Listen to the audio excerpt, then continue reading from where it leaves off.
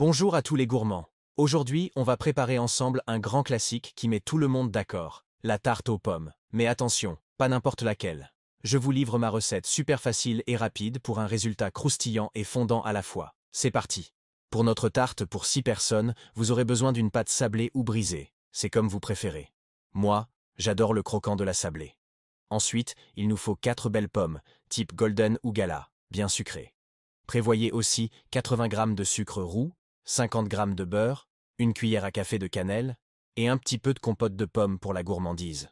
On commence par préchauffer le four à 180 degrés Celsius. Pendant que ça chauffe, on déroule notre pâte dans un moule à tarte. Piquez le fond avec une fourchette pour éviter qu'elle ne gonfle à la cuisson. Maintenant, l'astuce pour une tarte bien savoureuse, étaler une fine couche de compote de pommes sur le fond de tarte. Ça va apporter un moelleux incomparable. Passons aux pommes. On les épluche, on retire le cœur et on les coupe en fines lamelles. Plus elles sont fines, plus la cuisson sera harmonieuse. Disposez joliment les lamelles en rosace sur la compote, en les faisant se chevaucher. N'hésitez pas à bien garnir. Les pommes réduisent un peu à la cuisson. Dans un petit bol, mélangez le sucre roux et la cannelle.